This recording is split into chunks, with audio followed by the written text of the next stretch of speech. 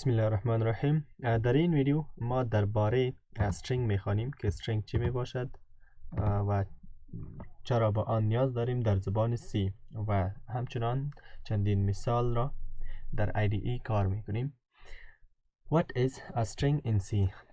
string در زبان سی چی میباشد؟ string یک کلکشن و یا هم مجموعه از کاراکترها میباشد که ما آن را با آسانی نوشته کرده میتوانیم. اگر فرض کنیم ما هر یک از این را در کاراکتر نوشته کنیم، ولی اگر ما آن را در استرینگ استفاده کنیم پس ما آن را فقط کوتد کامه میگیریم و بعد از کوتد کامه هر قدر که استرینگ داشته باشیم آن را نوشته میکنیم، ولی از طرف کمپایلر به خودش یک \0 داشته می باشد هر یک استرینگ.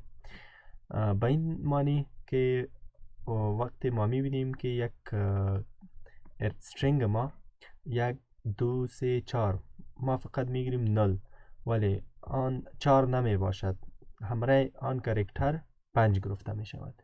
همچنان ما می بینیم که چه قسم دیکلیر می کنیم و اینیشالایز می کنیم و آن را چه قسم ما اکسس می کنیم. اکسس آن مانند خود اریز می باشد که در اری ما چه قسم یک کاراکتر را و یا هم یک الیمنت را در آنجا ما اکسس می کردیم توسط اندکس.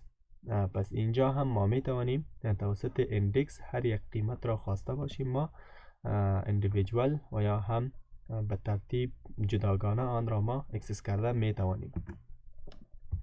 string literals به همین معنی که ما آن را میگیریم و در یک جای نوشته میکنیم، فقط توسط کوتد کامه آن را مشخص میکنیم و معرفی میکنیم. string literals are a sequence of characters enclosed in double quotes. در double quote ما آن را کلوز کرده می باشیم. use string literals are used for storing and manipulating text data. چرا استفاده میکنیم؟ فقط برای همین که تا ما یک دیتای خود را، یک تکست خود را در آن با آسانی نوشته کرده بتوانیم. مانند اینها میریم به IDE و مثال آن را کار میکنیم.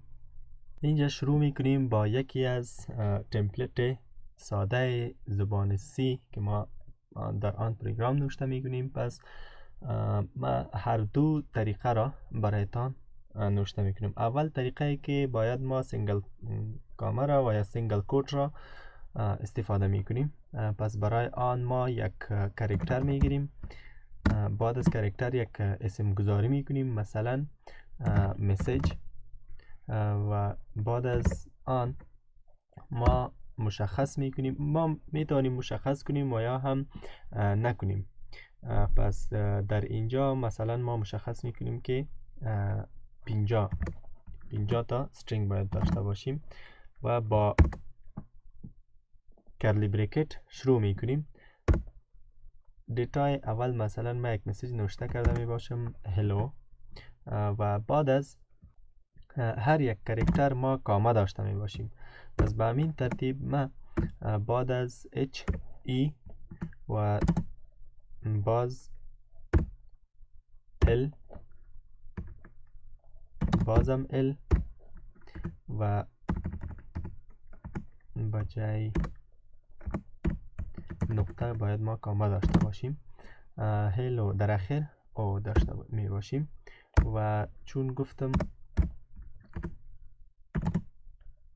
یک \0 همچنان ما داشته می باشیم، چون ما خودمان را معرفی میکنیم دانه به دانه و در آخر \0 به این معنی که در اینجا تمام شد. ای فقط و فقط در آخر می باشد، نه در بین و یا هم در اول، فقط در آخر می باشد.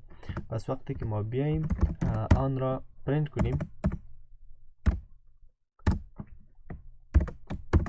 برای کاراکتر ما %s داشته می باشیم و بعد از آن ما اسمش را می گیریم که مسیج می باشد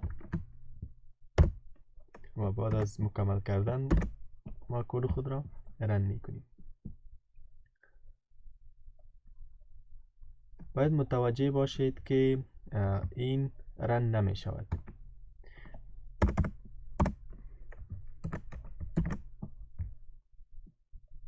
پس دیدیم که اگر ما آن را نوشته هم نکنیم، کامپایلر خودش آن را نوشته میکند و یا هم گفته میتونیم که آن را اد میکند و ترمینیت میکند. ترمینیت به این معنی که استرینگ ما را در همانجا اختتام میدهد. فعلا میریم به طریقه آسان آن که عبارت از کاراکتر، مثلا گریتینگز نوشته میکنیم با آن گریتینگز و چی ما معرفی کنیم یا نکنیم چیزی فرق نمی کند. پس ما از کوتد کاما میگیریم، دبل کوتد کاما میگیریم و میگیم گود مورنینگ، گود مورنینگ و یک ندایه. بعد از آن ما میاییم آن را پرینت میکنیم.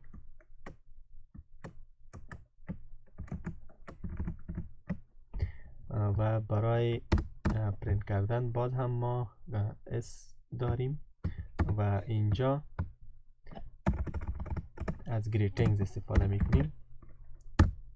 بعد از کنترل اس ما کد خود را رن میکنیم و میبینیم که هلو باید اینجا بکسلش این داشته باشیم تا گود مورنینگ در خط بادی باشه. پس میبینیم که هلو را از اینجا گرفت و همچنان گود مورنینگ را از اینجا.